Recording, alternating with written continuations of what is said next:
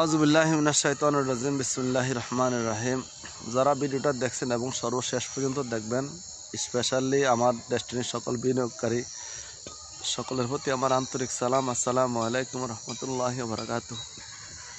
তো আমাদের ডেস্টিনির সমসাময়িক বিষয় নিয়ে আমরা আপডেট দিতে পারতেছি না আপনাদেরকে। আপনারা সবাই জানেন 28 তারিখে আমাদের একটা মামলার রায়ের ডেটের কথা ছিল, কিন্তু আমাদের রায় লেখা সম্পূর্ণ হয় নাই বিদায় বইলে আমাদেরকে লম্বা একটা সময় আমাদেরকে পিছু ফেলাই দিছে। সেটা আমাদের কিসমতের ধার্য। আমরা এখন জানুয়ারির 15 তারিখ যে রায়টা পাবো। তো তার আগে আমাদের কাছে তেমন কোনো আপডেট নাই। সাংগঠনিকভাবে যারা কাজকর্ম করতেছে তারা হয়তো বা স্যারের সাথে যোগাযোগ করে কিছু কাজকর্ম তারা করতেছে, এগুলো আমাদের কাছে তথ্যপত্র দেওয়ার মতো না বা দিবেও না, আর আমাদের চাওয়ার দরকার নেই। আমরা সবাই একটাই কামনা করি আল্লাহর কাছে, আল্লাহ যেন আমাদেরকে আল্লাহর রহমত বরকত দিয়ে আমাদেরকে উদ্ধার করে, মুক্ত করে। তো আমরা যারা ডেস্টিনির সাথে এখনও লাগে আছি, আমরা কিন্তু ওদের বিশ্বাস নিয়ে, আত্মবিশ্বাস নিয়ে আমরা লাগে আছি যে সত্তর জয় ইনশাল্লাহ হবে এক সময়। তারই মাঝে অনেক সময় অনেক বিভ্রান্তকর তথ্য আসে। তো আপনারা সবাই বিভ্রান্ত হওয়ার কোনো কারণ নাই। সবাই বিশ্বাস রাখবেন যে আপনার কিসমতের উপরে, আমার কিসমতের উপরে আমার বিশ্বাস আছে। তো বিশ্বাস নিয়ে ইনশাল্লাহ আমরা এখনও লাগে আছি। আর ডেস্টিনিকে ডুবানোর জন্য, ডেস্টিনিকে দাবানোর জন্য যথেষ্ট চেষ্টা বিগত স্বৈরাচার সরকার করছে, কিছু যেহেতু করতে পারে নাই।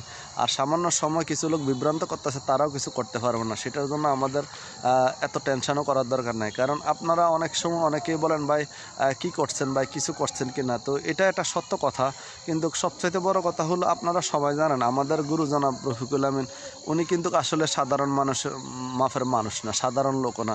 ওনার চিন্তা চেতনা দিয়েও কিন্তু উনি চেষ্টা করতেছে মুক্ত হওয়ার জন্য।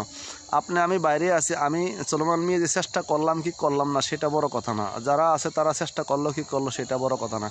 বড় কথা হলো আমাদের এমডি রফিকুল আমিন স্যার, আমাদের মহাগুরু জনাব রফিকুল আমিন স্যার, উনি ওনার ওয়াইফ সহ বাইর হওয়ার লাগে উনি তো চেষ্টা করতেছে, উনি তো জেলের ভিতরে থাকতে চায় নাই। তো ওনার চেষ্টাটাও কোনো কমতি নাই। আর সাংগঠনিকভাবে যে যারা দায়িত্ব আছে তারা যে বসে আছে তাও না। এখন চেষ্টায় চলতে আছে, কিন্তু বাকিটা আল্লাহর উপর ভরসা।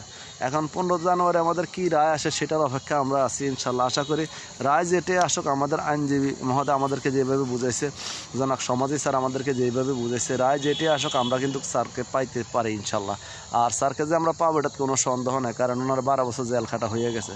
এরপরও যদি রাষ্ট্র বা কোনোভাবে যদি ওনাকে আটকে রাখে সেটা তো আমাদের কোনো হাত নাই, কিন্তু আমরা আশা করি উনি বাইর হওয়ার মতন সম্পূর্ণ যোগ্যতা উনি রাখে।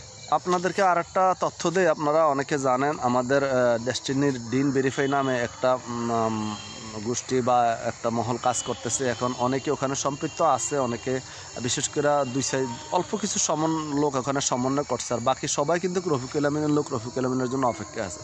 তো আমি বিভিন্ন লাইভের মাধ্যমে আশরাফুল আমিন ভাইকে প্রশ্ন করছিলাম যে আপনি কার অনুমতি নিয়ে কাজ করতেছেন, এরকম আমি না আরও অনেকে প্রশ্ন করছে যে কার অনুমতি নিয়ে কাজ করছেন। তো উনি কিন্তু সুন্দর করে একটা উত্তর দিয়ে গেছে একটা লাইভের ভিতরে, উনি কোর্টের অনুমতি নিয়ে কাজ করতেছে। এখন যাই হোক, এটা হলো কোর্টের অনুমতি নিয়ে উনি কাজ করতেছে, উনি রফিকুল আমিনের অনুমতি নিয়ে কাজ করে না, সেটা ক্লিয়ার করছে। এটার জন্য ওনাকে ধন্যবাদ জানাই যে উনি কোর্টের অনুমতি নিয়ে কাজ করছে। এখন কোর্ট আমাদেরকে যা করতে আছে এটা আপনাদের সবাই দেখতে পাচ্ছেন। আমরা অবশ্যই আইনের প্রতি শ্রদ্ধাশীল, কারণ না হয়ে আমাদের কোনো উপায় নাই। কিন্তু আইন আমাদের উপরে কি পরিমাণ জুলুম করতেছে, অন্যায় করতেছে, আমাদেরকে কিভাবে মজলুম বানিয়ে রাখছে সেটাও আমরা দেখতেছি। যাই হোক, আমরা আল্লাহর আইনের কাছে সবচেয়ে বড় সাহায্য চাইতেছি। আল্লাহ যেন আমাদেরকে আল্লাহর আইন দিয়ে আমাদেরকে সাহায্য করে। ডিন ভেরিফাই নিয়ে আমরা বিভ্রান্ত হওয়ার দরকার নাই। 999 টাকা যে সুন্দর ফাঁদ ফাঁদছে, যারা ফাঁদে